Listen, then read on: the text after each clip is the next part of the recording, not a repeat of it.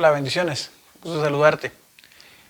Hoy pues la iglesia celebra la solemnidad del nacimiento de Juan el Bautista. Si lo ubicamos dentro de un contexto pues cronológico, el punto de referencia de todas estas celebraciones es justamente el recordar la conmemoración del nacimiento del Señor en la fiesta de la Navidad, el 24 de diciembre.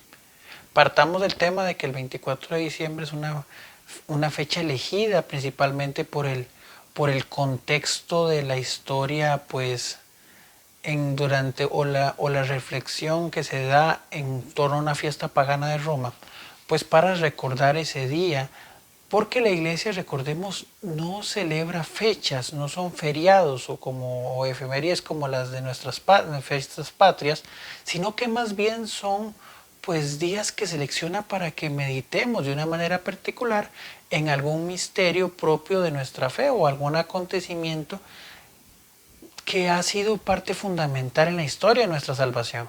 Entonces, partimos de la fecha del 24 de diciembre de la Navidad, pues nos retrocedemos 9 meses antes, el 24 de marzo, y ahí celebramos la fecha de la solemnidad de la Anunciación. Ese día recordamos cuando María recibe el don y acepta con su famoso fiat, con su hágase, pues la llegada del Hijo de Dios dentro de su vientre virginal.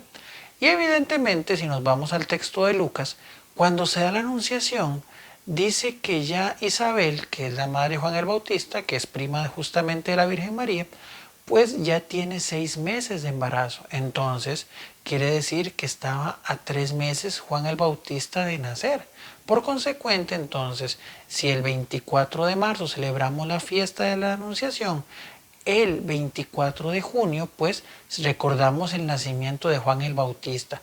La figura de Juan el Bautista es muy importante dentro de la fe porque se convierte en el último profeta. Juan el Bautista es el último profeta y es aquel que se encarga de preparar el camino, preparar los corazones del pueblo para la llegada del Salvador. Y es que justamente ahí, en el nacimiento de Juan el Bautista, pues es importante que nosotros recordemos que desde nuestro bautismo, pues nosotros recibimos 3 títulos y 3 misiones muy importantes. Obviamente, como lo es el rito del crisma, pues nos hemos convertido en reyes, porque somos hijos del rey, nos convertimos en sacerdotes, participamos del sacerdocio común de Cristo, pero también nos hemos convertido en profetas. Y ahí viene la pregunta, ¿qué es ser un profeta? A veces lo amarramos por algunos textos que tal vez no hemos comprendido, como aquella persona que se encarga de predecir acontecimientos, sea positivos o negativos. Principalmente en la Biblia, pues hemos escuchado, por ejemplo, el caso de Jeremías, que anunciaba constantemente lo que iba a ocurrir con el ataque del pueblo de Babilonia.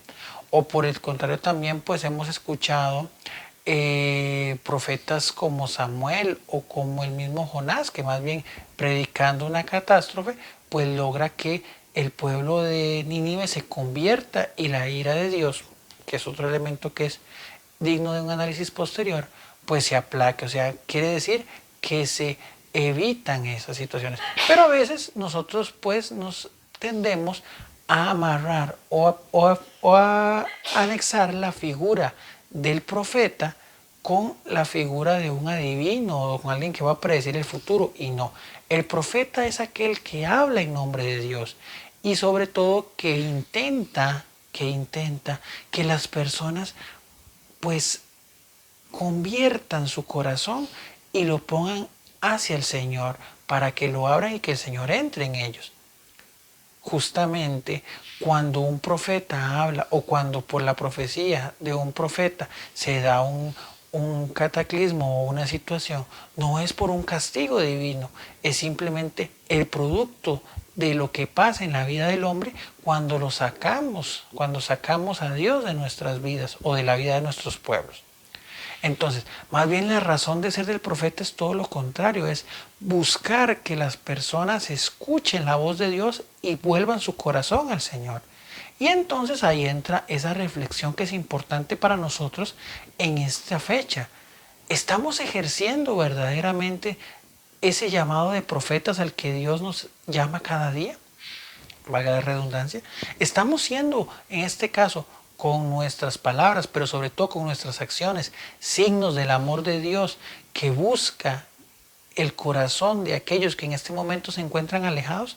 Y sobre todo, más importante, esta labor profética va más allá de únicamente ir a los parques y gritar a los cuatro vientos que la gente se convierta, o la función que a veces tenemos en nuestras diversas parroquias o lugares, pues donde, o grupos parroquiales.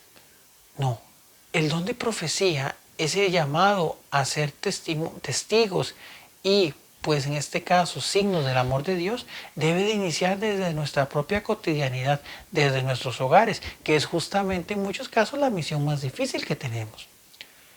Es necesario que nosotros nos demos cuenta y que recordemos y que tengamos plena conciencia de que no somos o no hemos sido hechos por obra de la casualidad, por obra del azar.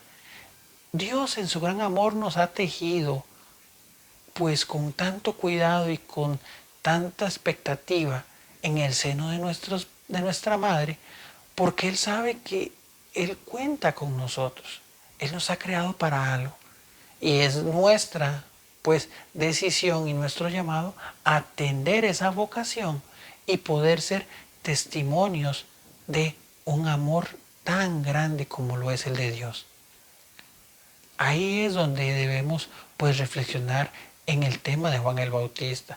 Así como Juan el Bautista se encargó de proclamar y preparar, allanar los caminos para que el Señor, el Mesías, pudiera llegar a su pueblo, así nosotros estamos llamados a arrancar y a gritar a viva voz para que aquel que en este momento se encuentre vacío, se sienta lejos de la gracia de Dios, sepa que Dios es un Padre que está dispuesto a recibirlo con los brazos abiertos.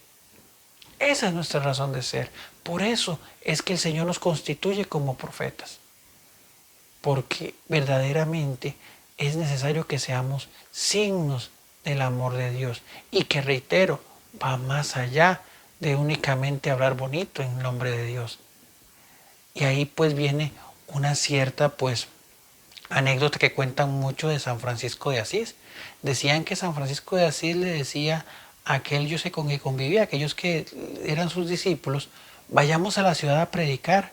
Y bueno, iba San Francisco de Asís al frente y atrás iban todos sus discípulos. Y al final ellos llegaban a la plaza del pueblo, daban una vuelta, caminaban y se devolvían a su convento. Y pues los discípulos quedaban un poquito como pues no tenían claro, decían, pero no hemos predicado. Y a lo que San Francisco les indicaba, que la primera predicación del ser humano son sus acciones. Si sus acciones no reflejan el amor de Dios, sus palabras no van a tener el peso para una verdadera conversión. Por eso pidamos al Señor, en primer lugar, que siempre tengamos pendiente que como Jeremías, como Isaías, como todos esos profetas, como el mismo Juan que hoy celebramos, somos tejidos dentro del plan de amor de Dios, no somos obra de la casualidad, no somos algo que apareció de la nada y sin ningún sentido. Hemos sido pensados para ser parte de esta gran obra que es la construcción del reino de Dios. Y sobre todo, que entendiendo seriamente ese llamado que Dios nos hace, entreguemos nuestra vida a Él de manera de que podamos servirle, pero sobre todo, primero abramos nuestro propio corazón para llenarnos justamente de ese amor que siempre está disponible para nosotros. Porque es claro, no podemos dar aquello que no hemos recibido, pero el amor de Dios siempre está ahí. Son nuestras puertas de nuestro corazón quienes a veces nosotros no las abrimos, pero recordando lo que decía el libro del Apocalipsis, el Señor sigue ahí tocando. Él está a la puerta. Nosotros nos toca abrirle y ya con el corazón lleno del Señor empezar a llevar a los demás. Que podemos caer, que podemos equivocarnos, por supuesto. Nuestra fragilidad humana es innegable. Pero de la mano de Dios siempre seremos capaces de levantarnos una y otra vez y dar testimonio de ese amor que justamente es aquel que nos levanta. Que tengas un feliz miércoles, que el Señor te bendiga y ánimo, fuerte en su misión.